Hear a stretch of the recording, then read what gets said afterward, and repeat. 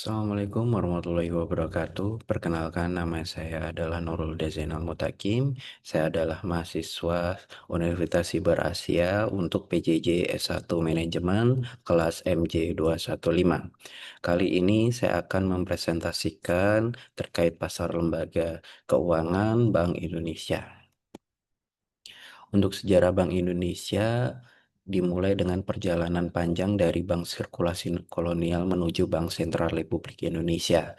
Dimulai di tahun 1814 dengan nama The Netherlands Bank. Didirikan sebagai bank sirkulasi, kemudian menjadi bank sentral kerajaan Belanda. Lalu pada tahun 1828 berubah namanya menjadi The Jefes Bank. Bank ini adalah milik Belanda, didirikan di Hindia Belanda, bertugas sebagai bank sirkulasi sekaligus bank komersial. Lalu untuk di tahun 1951, pemerintah Republik Indonesia menasionalisasikan The Jefes Bank pasca kemerdekaan, yaitu dengan terbitnya Undang-Undang Nomor 24 Tahun 1951. Lalu pada tahun 1953, Undang-Undang Pokok Bank Indonesia diterbitkan dan menetapkan nama Bank Indonesia menggantikan nama dari The JVS Bank, yaitu terbitnya Undang-Undang Nomor 11 Tahun 1953. Pengertian Bank Indonesia berdasarkan Undang-Undang Nomor 23 Tahun 1999, Bank Indonesia adalah lembaga negara yang independen sebagai Bank Sentral Republik Indonesia dengan tujuan tunggal, yaitu mencapai dan memelihara kestabilan nilai rupiah tanpa menjalankan fungsi intermediasi seperti bank umum.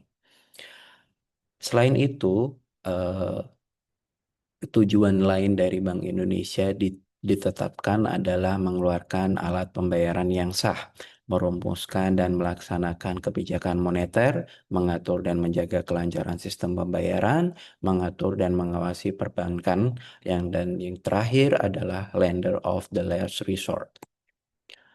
Tujuan dan tugas Bank Indonesia. Rumusan sebelum reformasi Undang-Undang Bank Indonesia yaitu terhadap Undang-Undang Nomor 13 Tahun 1968 tentang Bank Sentral. Bank Indonesia memiliki tujuan secara umum tidak dirumuskan secara tegas, hanya disebutkan secara umum, yaitu meningkatkan taraf hidup rakyat. Yang kedua adalah tugas pokok dari Bank Indonesia adalah membantu pemerintah dalam mengatur, menjaga, dan memelihara kestabilan nilai rupiah, serta mendorong kelancaran produksi pembangunan dan perluasan kesempatan kerja.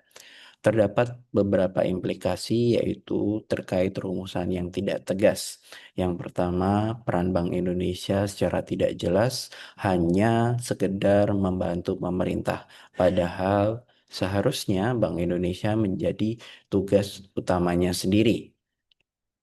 Yang kedua adalah fungsi Bank Indonesia sebagai otoritas moneter menjadi tidak fokus karena kedua tugas pokok tersebut berjalan secara tidak selaras, bahkan saling bertentangan. Single Objektif Bank Indonesia berdasarkan Undang-Undang Nomor 3 Tahun 2004 tentang perubahan Undang-Undang Nomor 23 Tahun 1999, yaitu adalah mencapai dan memelihara kestabilan nilai rupiah. Dua aspek kestabilan nilai rupiah yang ditetapkan oleh Bank Indonesia dapat dicapai dengan menerapkan stabilitas terhadap barang dan jasa, dan yang kedua adalah menerapkan stabilitas terhadap mata uang asing. Selanjutnya, dalam menerapkan kebijakan moneternya, Bank Indonesia memiliki tiga instrumen utama, yaitu yang pertama adalah suku bunga SBI, operasi pasar terbuka melalui jual beli sertifikat Bank Indonesia di pasar uang. Yang kedua adalah terkait reserve requirement atau RR, giro wajib minimum yang ditentukan oleh Bank Indonesia untuk bank-bank umum. Selanjutnya ada Capital Adequacy Ratio atau CAR, rasio kecukupan modal minimum yang wajib dipenuhi oleh bank umum.